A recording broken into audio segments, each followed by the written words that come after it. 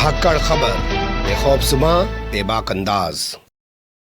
धाकड़ खबर में आपका स्वागत है। मैं आपके साथ हूं अकरम रईस खान। पिछले 2 दिनों से दुनिया भर में हल्ला मचा हुआ है कि फिलिस्तीन और इजराइल में जंग शुरू हो गई है और इस बार जंग हो रही है इजराइल की धरती पर। फिलिस्तीन के लोग इजराइल में घुसकर जंग कर रहे हैं। हालांकि पूरे मीडिया पे नजर डालें तो वो ऐसा बताने की कोशिश कर रहे हैं कि जैसे इजराइल और हमास की जंग चल रही है और सीधे हमास को आतंकवादी संगठन बता रहे हैं।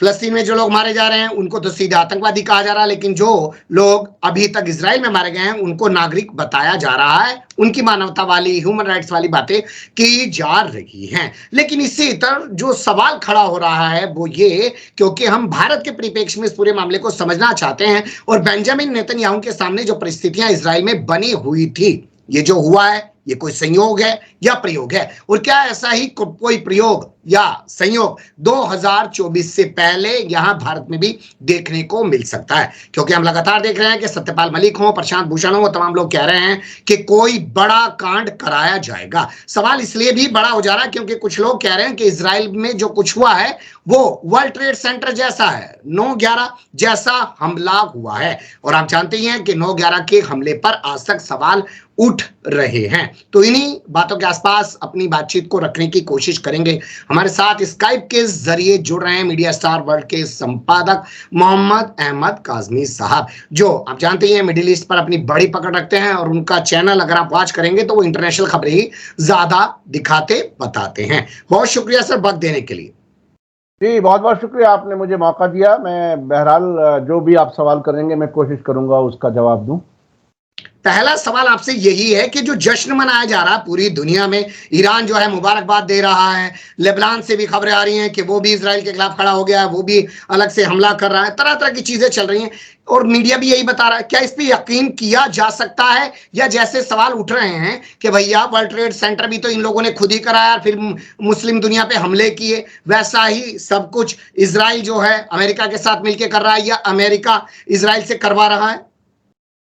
नहीं, मैं बिल्कुल इसके बरखिलाफ मेरी नज़र है। वो ये कि देखिए, ईरान के अभी पिछले 1.5-2 महीने के अंदर तेहरान में कुछ मुलाकातें हुई जो इजराइल के खिलाफ लड़ने वाले फिलिस्तीनी रेजिस्टेंस फोर्सेस हैं और हिजबुल्लाह, इनकी मुलाकातें हुई और उसमें आपस में कोऑर्डिनेशन के लिए कोशिशें ईरान की तरफ से थीं कि ये सारे ग्रुप्स आपस में मिलकर के कार्रवाई करें, इजराइल के खिलाफ मिलकर के लड़ें।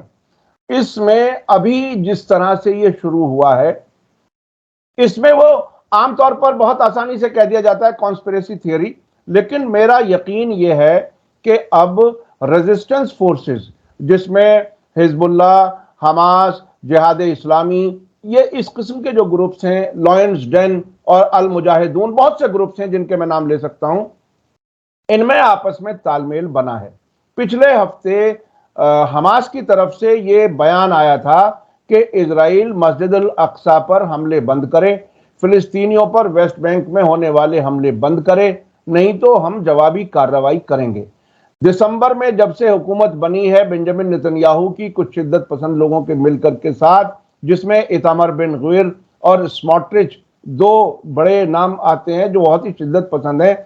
अभी पिछले हफ्ते इतामर बिन गवीर जो वहां के इंटरनल सिक्योरिटी मिनिस्टर हैं, वो फिर अपने हिमायतियों के साथ मस्जिद अल अक्सा में गए थे। तो ये मुसलसल जो प्रोवोक करने का सिलसिला था, उसके जवाब में ये कार्रवाई हुई है और हमास की तरफ से ये इस किस्म के बयान आ रहे हैं कि अब इजराइल उस गाजा पर भी उस तरह से कारपेट बॉम्बिंग नहीं कर सकेगा, चूंकि हमने बड़ी तादाद में इजरायली फौजियों और शहरियों को कैदी बनाया है और उन कैदियों को हम उन जगह रखेंगे जहां इजराइल हमले कर सकता है। तो इजराइल के लिए एक बहुत ही मुश्किल वक्त है, लेकिन इजराइल ने खुद ये मुसीबत इनवाइट की है। ये मैं इसको इस तरह से देख रहा हूं। जी, आप कहना चाह रहे हैं कि ये कोई प्रयोग नहीं है, जैसा कि सवाल उठ रहे हैं कि भाई बेंजामिन नेतन्याहू अपने देश के अंदर घिरे हुए हैं, जो वो पूरा वहां की जुडिशरी के खिलाफ एक कानून लाए हैं, जबरदस्त तरीके से प्रोटेस्ट उनके खिलाफ लंबे समय से चल रहा है, उस सब से बचने के लिए ये उन्होंने प्रयोग कराया, और आप सीधे तौर पर कह रहे हैं कि प्रयोग नहीं है, ये तो एक संयोग है और ये तमाम गुट आपस में मिल गए हैं। इंटरनेशनल मीडिया भी यही बातें बता रहा है, आप भी यही बातें बता रहे हैं, कुछ अलग निकल के आ नहीं रहा है। क्या ये, फिर मैं आपसे सवाल कर रहा हूं कि संयोग मात्र है? देखिए, मैं अब आपको इससे आगे की बात बताता हूं। अब से पहले मिसाल के तौर पे मई 2021 में जंग हुई थी, गाजा, हमास और जिहाद इस्लामी ने इजराइल के खिलाफ लड़े थे। उस वक्त 11 दिन की जंग हुई थी, जिसमें 3,500 से ज्यादा रॉकेट्स दागने की खबर आई थी, जिससे इजराइल बहुत परेशान हुआ था। और उस वक्त भी इजिप्ट के जरिए मीडिएट कराया गया था कि जल्दी से यह कोई जंगबंदी हो जाए। जब भी इजराइल फंसता है मुसीबत में, तब अमेरिका के इशारे पर, अमेरिका की मदद से, इजिप्ट से और जॉर्डन से यह कोशिश कराई जाती है कि जल्दी जंग बंद कराओ, हमारा नुकसान बहुत है। 2006 की जंग में, मैं उस वक्त लंदन में था, 2006 की जो जंग हुई थी हिजबुल्लाह के साथ, शुरू में बयानात ये थे कि इस बार पूरी तरह से टेररिज्म को कुचल दिया जाएगा, यानी हिजबुल्लाह को पूरी तरह खत्म कर दिया जाएगा। लेकिन जब जंग चली, 15 दिन से ज्यादा ऊपर हुए, तो तब सब तरफ से जंगबंदी की आवाजें आनी शुरू हो गई, और फिर जंगबंदी हुई 33 दिन की जंग के बाद। इस वाली जंग में पहले ही दिन, मैं ये बहुत जोर देकर के कह रहा हूं कि पहले ही दिन अमेरिका के डिफेंस सेक्रेटरी ने, फॉरेन मिनिस्टर ने बात की इजिप्ट के फॉरेन मिनिस्टर से कि ये जंग बंद कराओ। तो ये जंग बंद कराने की कोशिशें शुरू हो चुकी हैं, लेकिन इस बार क्या ये इतनी आसानी से खत्म होगी? क्योंकि नेतन्याहू ने पहले रिएक्शन में ये कहा कि हम जंग में हैं, और ये जंग हम ऐसा जवाब देंगे कि दुश्मन सोच भी नहीं सकता।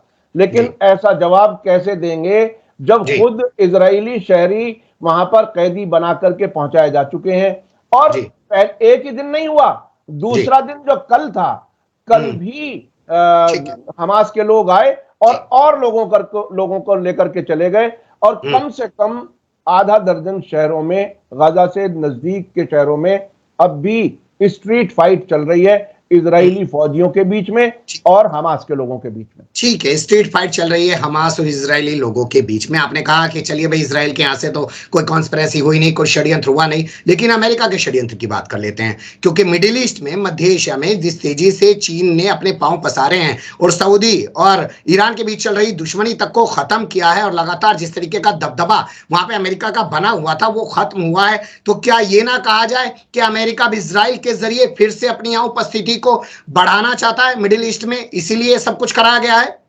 देखिए, 2-3 चीजें हैं। एक तो यूक्रेन जंग हो रही है, यूक्रेन जंग में बहुत ही यानी नाकामी हुई है। जिस तरह से वो सोच रहे थे कि शायद रूस को तहस नहस कर दिया जाएगा, व्लादिमीर पुतिन को जो है वो हरा दिया जाएगा, वो तो हुआ नहीं। और वहां यूरोपीय मुल्कों में इस वक्त हालत यह है कि जो सस्ता गैस आसानी से रूस से उन्हें मिलता था, अब वो रास्ता बदल करके बहुत महंगा उन्हें खरीदना पड़ रहा है। यानी अमेरिका से दोस्ती खुद यूरोपीय मुल्कों को महंगी पड़ रही है। एक तो वो थिएटर है जो अभी जारी है। दूसरे, यहां मिडिल ईस्ट में अमेरिका अपनी मौजूदगी मजबूत रखना चाहता है। हथियारों का जो कारोबार है, ये अमेरिकी, मैं एक बड़े जर्नलिस्ट से आज ही बात कर रहा था, वो ये कह रहे थे, सईद नकवी साहब, कि देखिए, दोस्ती कितनी भी पक्की हो, लेकिन ये दोस्ती ऐसी होती है इनकी कि सामने वाले की जेब पर नजर रहती है। जेब पर नजर रहने का मतलब यह है कि अमेरिका अब इजराइल को और ज्यादा हथियार बेचने की तैयारी कर रहा है, और यह कह रहा है कि हम हर तरह की मदद करने के लिए तैयार हैं।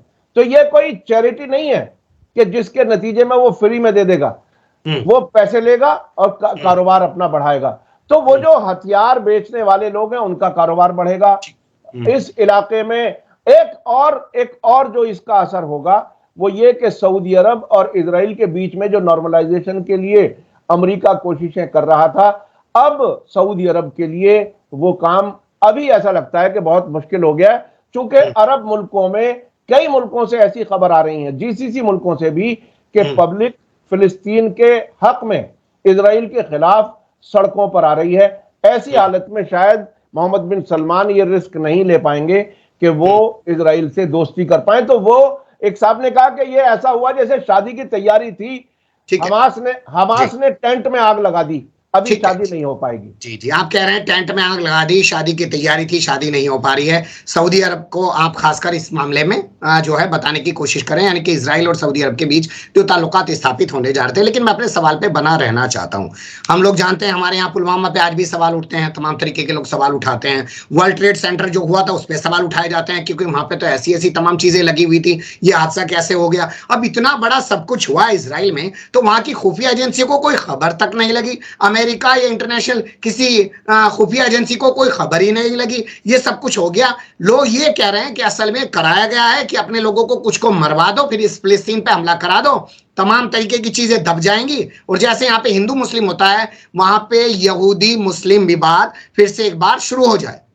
देखिए, खुफिया का फेलियर तो हमने इसी साल मार्च में देखा, जब बीजिंग में ईरान और सऊदी अरब के बीच 5 दिन बात चली और दुनिया को हवा नहीं लगी।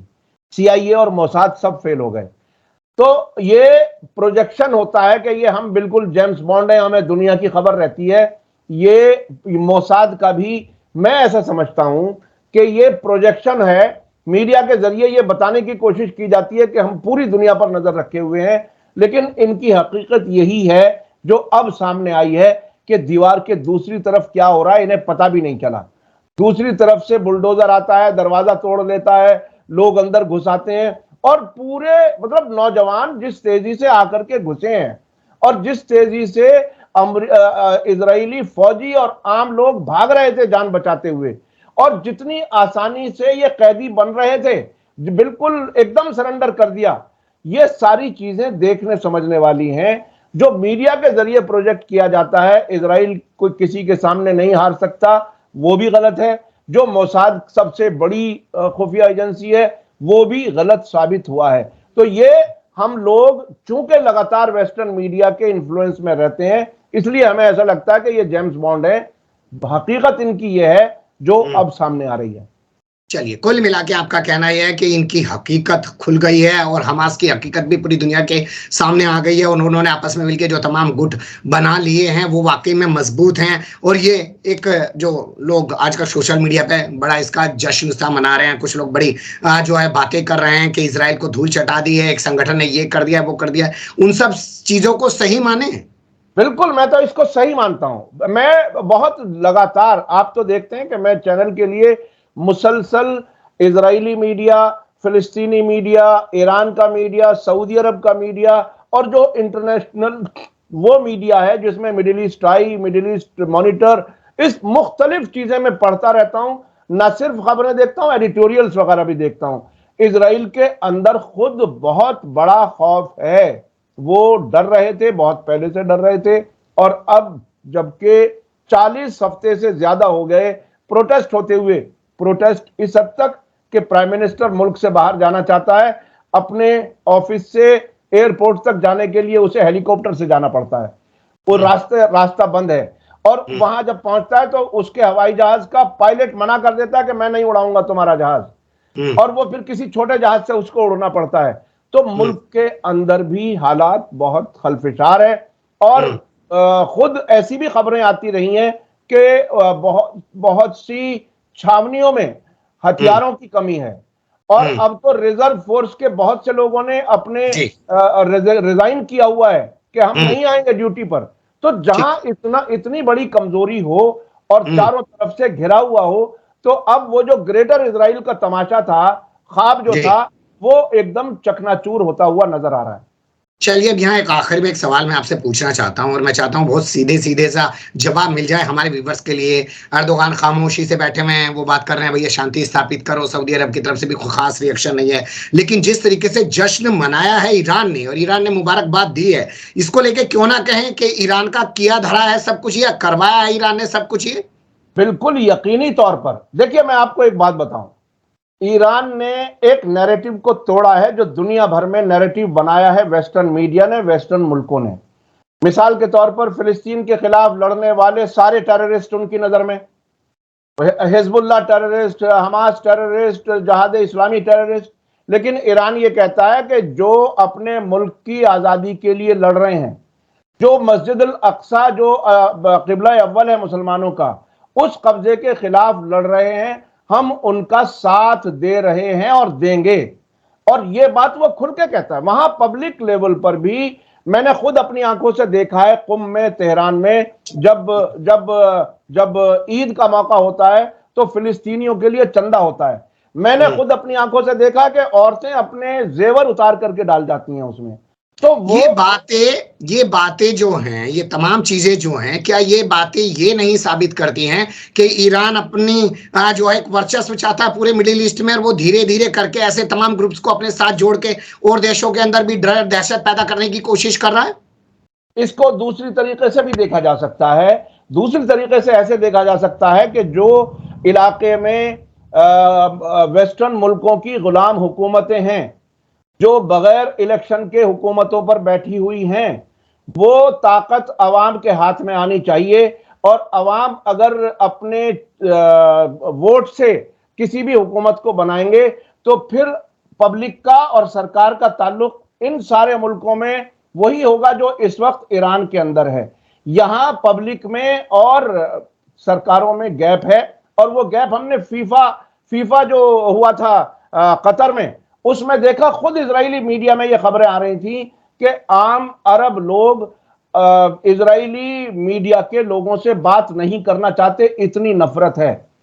तो वो जो इतनी नफरत है फिलिस्तीनियों के खिलाफ जुल्म की वजह से, फिलिस्तीन पर कब्जे की वजह से, उसी नफरत की वजह से मोहम्मद बिन सलमान या उनके वालिद ये एकदम हिम्मत नहीं कर पा रहे कि इजराइल के साथ ताल्लुकात नॉर्मल कर सकें। वो एक पब्लिक का मूड पूरे अरब मुल्कों में है वो उस तरह। जी जी जी जी जी, यानी कुल मिला के माना यही जाए कि जो हो रहा है वो एक जंग है, और हमास ने इजराइल के छक्के छुड़ा दिए हैं, यही वेस्टर्न मीडिया बता रहा है और यही यहाँ का पूरा मीडिया बता रहा है। लेकिन पर्दे के पीछे के जो सवाल उठ रहे हैं कि ये सब कुछ खुद रचित है, अपने ऊपर पहले हमला कराओ, अपने लोगों को मरवा दो, फिर उधर हमला करो, और फिर ध्यान भटकाओ और आगे की राजनीति करो। कुछ लोग तो ये तक भी कहने लगे हैं कि सत्यपाल मलिक और प्रशांत भूषण की भविष्यवाणी अभी इजराइल में साबित हो गई है। 2024 से पहले देखते हैं भारत में किस तरह से साबित होगी। बहुत शुक्रिया, आपने वक्त दिया, लेकिन कई सारे सवाल थे, उन्हें आपके सामने हमने उठाने की कोशिश जरूर की। कुछ चीजें बच जाती हैं, उनसे फिर आपको रूबरू कराएंगे। फिलहाल के लिए भी बहुत शुक्रिया, धन्यवाद। बहुत बहुत शुक्रिया आपका, बहुत बहुत शुक्रिया।